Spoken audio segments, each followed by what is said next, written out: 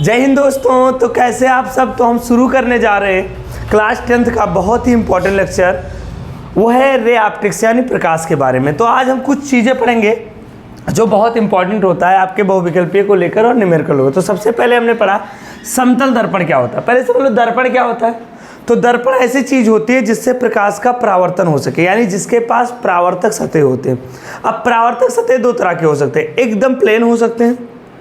अगर एकदम प्लेन है तो उसे समतल दर्पण कहते हैं। जैसे शीशा आप देखते हो घर में, तो कैसा दर्पण होता है, समतल दर्पण होता है। और एक होते हैं उभरे हुए, या तो अंदर की तरफ उभरे होंगे या तो बाहर की तरफ।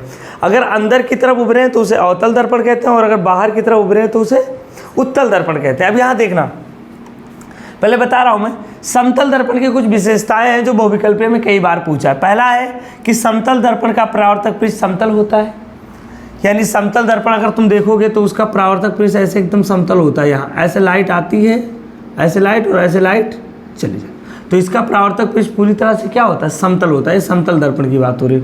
फिर उसके बाद क्या होता है, समतल दर्पण की जो फोकस दूरी होती है वो अनंत होती है, और उसकी वक्रता त्रिज्या भी क्या होती है, अनंत होती है, क्योंकि गोल होता ही नहीं हो।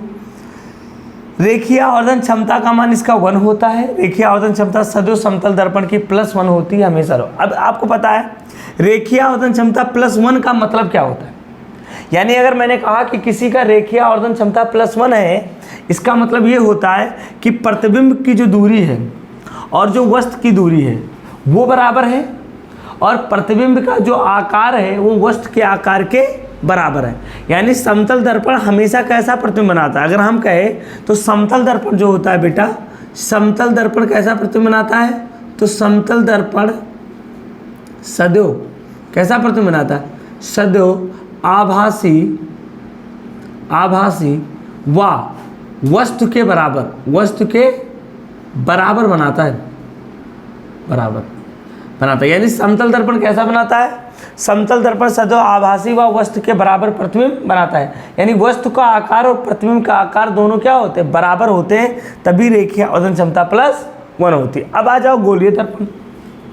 गोलीय दर्पण किसे कहते हैं, जिसका परावर्तक पृष्ठ गोलीय हो उसे गोलीय दर्पण कहते हैं। ये 2 प्रकार का होता है, अवतल दर्पण और उत्तल दर्पण। अब मैंने कहा देखो मेरे पास एक चम्मच है, मान लो ये, अगर मैं पालिश बाहर से कर दूं, पालिश किधर से कर दूं, ऐसे बाहर से, तो प्रकाश अंदर से जाएगा, यानी धंसे हुई सतह से, तो उसे अवतल दर्पण कहेंगे। अगर मैं पालिश अंदर से कर दूं तो प्रकाश बाहर से जाएगा, यानी उभरे हुए सतह से, तो उसे क्या कहेंगे, उत्तल दर्पण कहेंगे। अब यहाँ समझना अवतल दर्पण की क्या खासियत है। उसकी खासियत यह है कि यह वास्तविक तथा आभासी दोनों तरह का प्रतिबिंब बनाता है। यानी पूछता है कौन सा दर्पण है जो दोनों तरह का प्रतिबिंब बनाता है, तो क्या बनाता है बेटा, अवतल दर्पण। फिर पूछेगा इसके द्वारा बना जो आभासी प्रतिबिंब होता है वो वस्तु से बड़ा होता है। यानी अवतल दर्पण जो आभासी प्रतिबिंब बनाता है वो वस्तु से बड़ा बनाता है। इसके लिए F, R, B तथा U तीनों का मान क्या होता है, ऋणात्मक होता है। समझ गए। फिर आ जाता है उत्तल दर्पण। अच्छा, इसका दूसरा नाम क्या है, अभिसारी दर्पण है। क्यों अभिसारी दर्पण है, मैं यहाँ बताता हूँ। ये मान लो मेरे पास उत्तल दर्पण है ऐसे। अब अगर प्रकाश आता है मान लो ऐसे, तो ये प्रकाश को एक बिंदु पर क्या कर देता है बेटा, केंद्रित कर देता है, यानी अभिसारी कर देता। तो इसीलिए इसको अभिसारी दर्पण भी कहते हैं। आ जाओ उत्तल दर्पण। इसका परावर्तक पृष्ठ उभरा होता है, इसे अपसारी दर्पण कहते हैं, प्रकाश को फैला देता है। उसके बाद क्या होता है, यह केवल आभासी व सीधा प्रतिबिंब बनाता है। देखो ये भी आभासी बनाता है, ये भी आभासी बनाता है।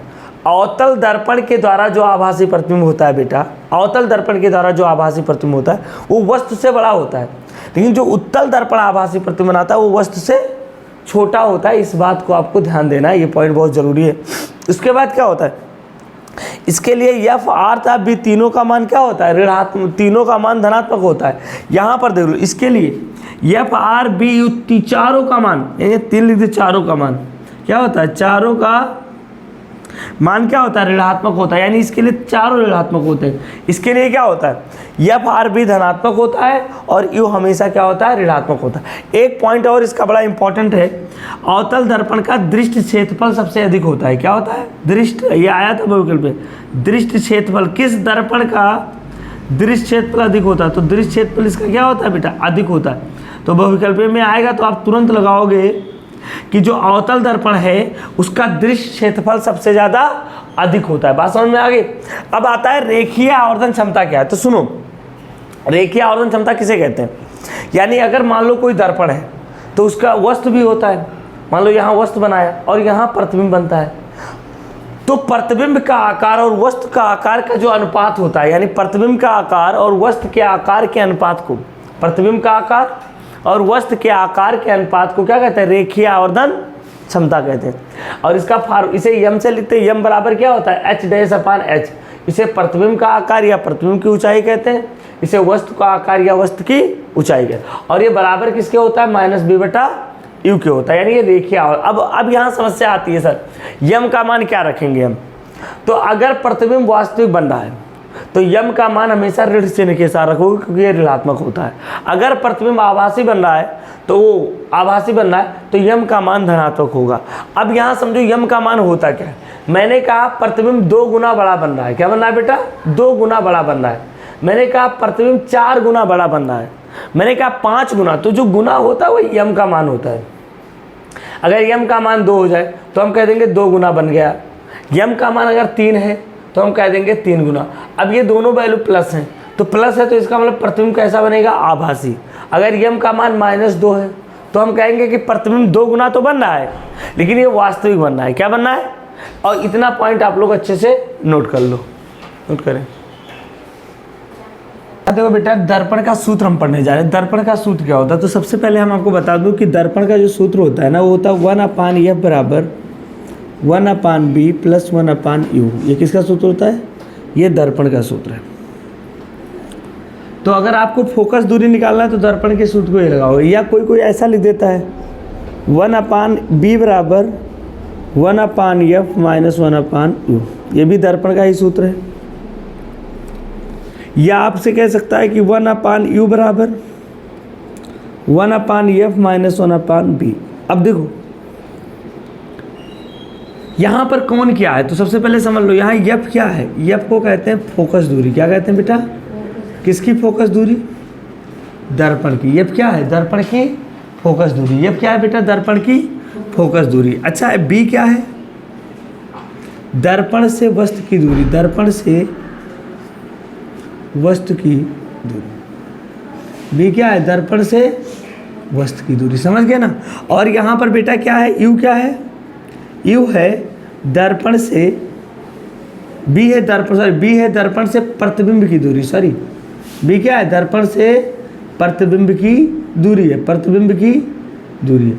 तो b जो दर्पण से प्रतिबिंब की दूरी है, ये दर्पण से वस्तु की दूरी है, दर्पण से वस्तु की। तो दर्पण की वस्तु की दूरी को किससे लिखते हैं, u से लिखते हैं। किससे लिखते हैं बेटा, u। तो f क्या है, दर्पण की फोकस दूरी है। b क्या है, दर्पण से प्रतिबिंब की दूरी है। u क्या है, दर्पण से वस्तु की दूरी। अब यहाँ पर एक बात और ध्यान देना है, जरूरी क्या है कि प्रतिबिंब के हिसाब से हमें सबका मान रखना पड़ता है।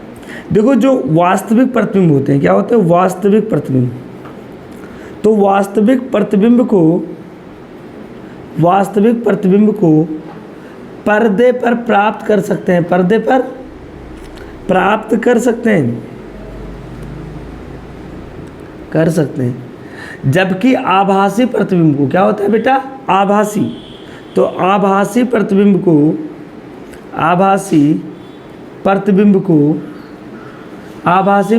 को पर्दे पर प्राप्त नहीं किया जा सकता है, पर्दे पर प्राप्त नहीं किया जा सकता है, पर्दे पर प्राप्त नहीं किया जा सकता है, पर्दे पर इसको प्राप्त नहीं किया जा सकता है। ठीक है, तो ये दर्पण का सूत्र है। अब इस पर हम लोग सवाल लगाएंगे कल। ठीक है, आप लोग इतना नोट कर लो और ज़रूर इस वीडियो को शेयर करना। अगर समझ में आए तो लाइक ज़रूर करना। Thank you.